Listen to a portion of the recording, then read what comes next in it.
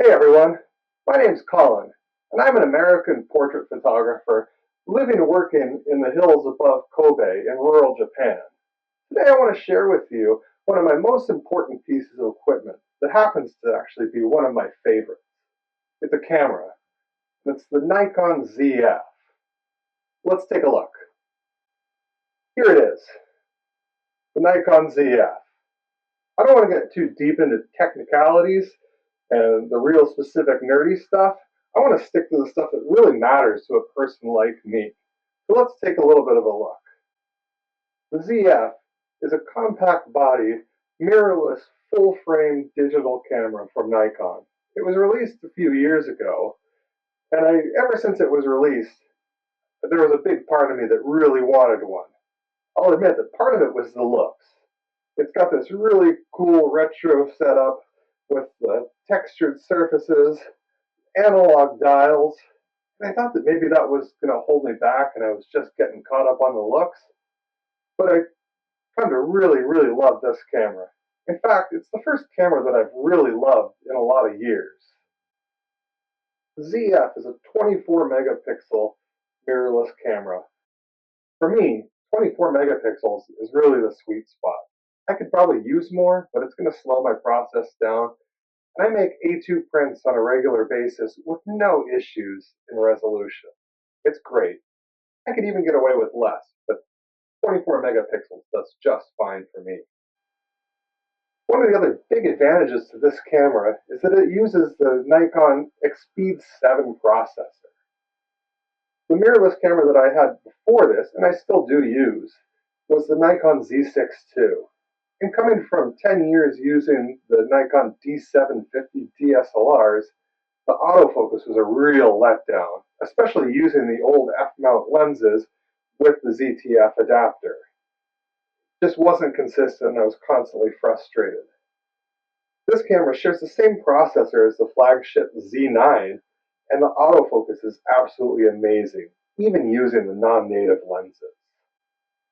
I mentioned before that the camera's got these really cool analog dials and styling, but you've got the option to just set it to the third step option, and you can just use the regular dials like you would any other mirrorless or DSLR camera.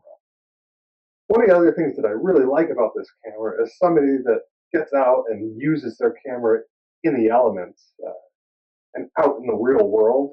And one thing that can be difficult when you're running around in the woods, banging around with two cameras and they're flopping around, is the LCD panels on the back. They're vulnerable. You can use a protector, but they end up getting lost, they get dirty, scratched up, and it's hard to work with. This guy flips out and turns around. So you can use it, no problem, but when you're not actually actively shooting, you can flip it right around, close it up, and then it's completely protected from bangs and bumps, so you don't have to worry about smashing with it. One thing that people are concerned about generally is the ergonomics with this camera. I'm a guy who's got big hands, and I really like to just hold the camera kind of loose dangling here. So I need a grip that's more than what comes on there. I'll tell you, I don't remember the name of the brand offhand, but I picked up a third-party grip and base from Amazon that's got a really handsome wood grip on it. It mounts at the bottom, and it's got an Arca-Swiss type mount. So if I'm shooting vertically, shooting video, I can actually plug it in vertically and keep my tripod in its normal horizontal orientation. It's a pretty cool deal. It works out, and I think that the styling looks really nice. Another advantage over previous cameras in this price range is the eyepiece. This one has a bayonet type that you can pop right off, clean, whatever else, as opposed to the slide-on type that tends to, when it's hanging at your side, they just get bumped and you lose them, and then you're just stuck with the bare back. It's got a rubberized cup on there that's really comfortable to hold up to the eye. Now, I want to take a few minutes to talk about the things that I actually don't like about this camera. None of these things are deal breakers, but they are drawbacks that some people might want to think about. First off, getting back to one of the things that I actually liked, which was that LCD panel that flips out and can be protected and put away so that you don't bang the thing. One of the disadvantages there is that when you're shooting normally, You can't just pick it up above your head and flip the screen down. You have to actually pull the thing out and then tilt it to the direction that you want.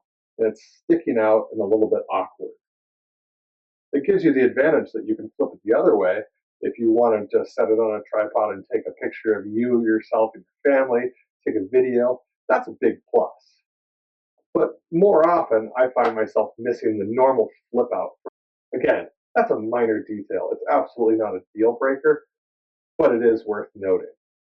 The next thing is on the dial right here on the left-hand side of the camera, your mode selection dial.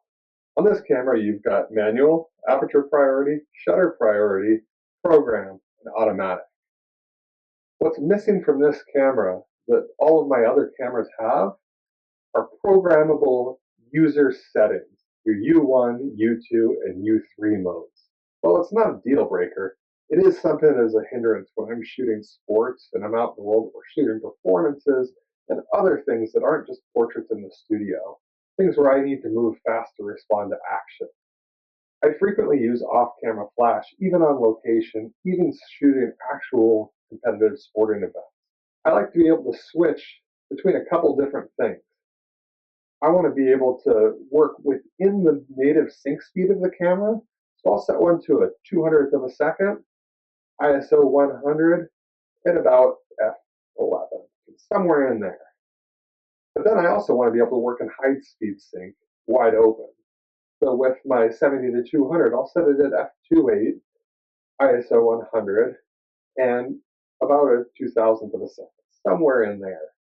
And that's nice to be able to switch between one of those. I also like to be able to have a setting that's set up so I can do blurred panning shots. So I like to be able to switch down to a smaller aperture and a very slow shutter speed, something around a 15th of a second, at f11, ISO 100, whatever it may be.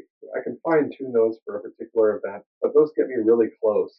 And instead of having to move two settings at a time really far, I can easily just switch one knob and then fine tune as I need.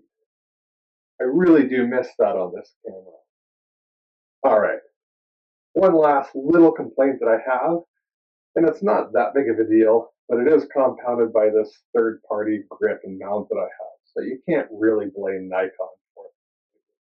And that's the access to the memory card.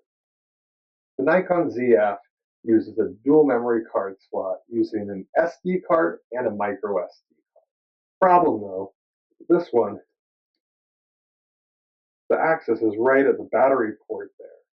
And especially with this auxiliary grip that comes in, it is difficult to get the SD card in and out, to change that when you're in the middle of shooting if you need to. So it's important to be ready and swap the SD cards when you have a moment, not when you have to.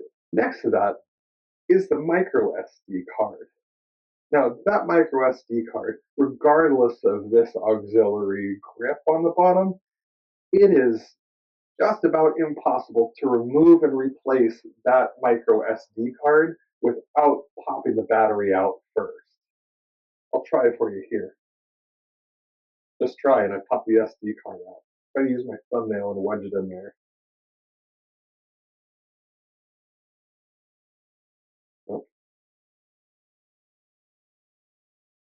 Literally, I can't do it.